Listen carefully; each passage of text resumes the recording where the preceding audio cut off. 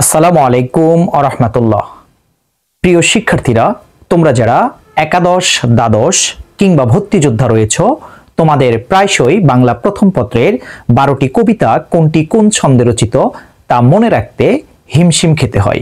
কথা দিচ্ছি, আজকের এই ছোট্ট ভিডিওটি দেখার পর সেটি নিয়ে আর কখনোই ঝামেলা পোহাতে হবে না। তাহলে চলো শুরু করি। তোমরা যারা 2025-এর এইচএসসি পরীক্ষার্থী অথবা 24 এবং 25 সেশনের অ্যাডমিশন ভর্তি যোদ্ধারা, তোমরা তোমাদের বাংলা প্রথম পত্রের গদ্য ছন্দের কবিতাগুলো যদি মনে রাখতে চাও, তাহলে এই লাইনটি মনে রাখবে, ফেব্রুয়ারিতে নুরুল কিংবদন্তির কবিতা পড়ে।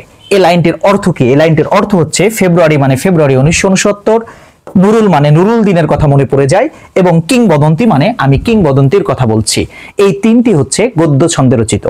এরপরে অক্ষরবৃত্ত ছন্দে যে কবিতাগুলো রয়েছে তোমাদের সিলেবাসে, মনে রাখার জন্য মনে রাখবে অক্ষরবৃত্তে বিভীষণ ও তাহারই পরে মনে। এর অর্থ কি? মনে রাখবে বিভীষণ মানে বিভীষণের প্রতি মেঘনাদ, এবং তাহারই পরে মনে মানে তাহারই পরে মনে। এই দুটি অক্ষরবৃত্ত ছন্দে রচিত। তাহলে মনে রাখবে তোমাদের এইচএসসি সিলেবাসে কোনো স্বরবৃত্ত ছন্দের কবিতা নেই।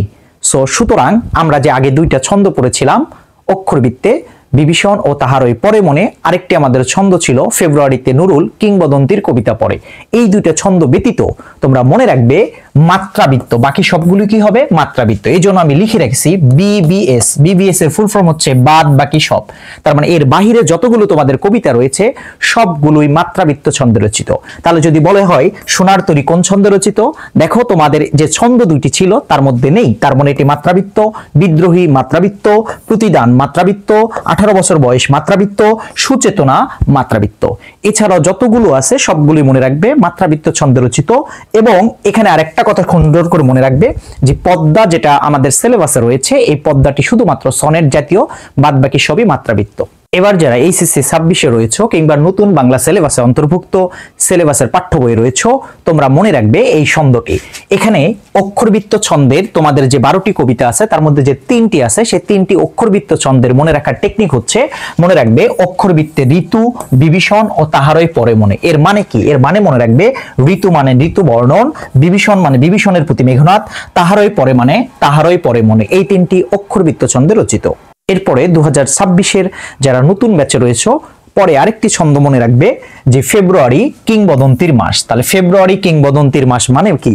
ফেব্রুয়ারি মানে মনে রাখবে ফেব্রুয়ারি 1969, এবং কিংবদন্তি মানে আমি কিংবদন্তির কথা বলছি। তাহলে এই দুটি আমাদের গদ্য ছন্দে রচিত।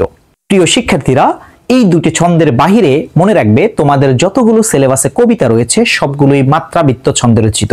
যেটি আমরা দেখতে পাচ্ছি যে মাত্রাবৃত্ত ছন্দের কবিতাগুলো মনে রাখার জন্য মনে রাখবা বিবিএস। মানে কি?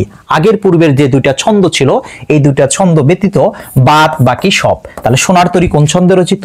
মাত্রাবৃত্ত ছন্দে রচিত। বিদ্রোহী মাত্রাবৃত্ত ছন্দে, প্রতিদান মাত্রাবৃত্ত ছন্দে, 18 বছর বয়স মাত্রাবৃত্ত ছন্দে, সুচেতনা মাত্রাবৃত্ত ছন্দে। শুধুমাত্র একটা বিষয় মনে রাখবে যে আমাদের যে পদ্মা আছে যারা 26-এর সিলেবাসে রয়েছে, এটি একটি সনেট জাতীয় কবিতা। এছাড়া সকলেই মাত্রাবৃত্ত ছন্দের কবিতা। প্রিয় শিক্ষার্থীরা, আশা রাখি আজকের এই ভিডিওটি দেখার পর তোমাদের কবিতার ছন্দ নিয়ে আর ঝামেলায় পোহাতে হবে না। সকলে ভালো থেকো, দেখা হবে অন্য কোনো ভিডিওতে। আল্লাহ হাফেজ।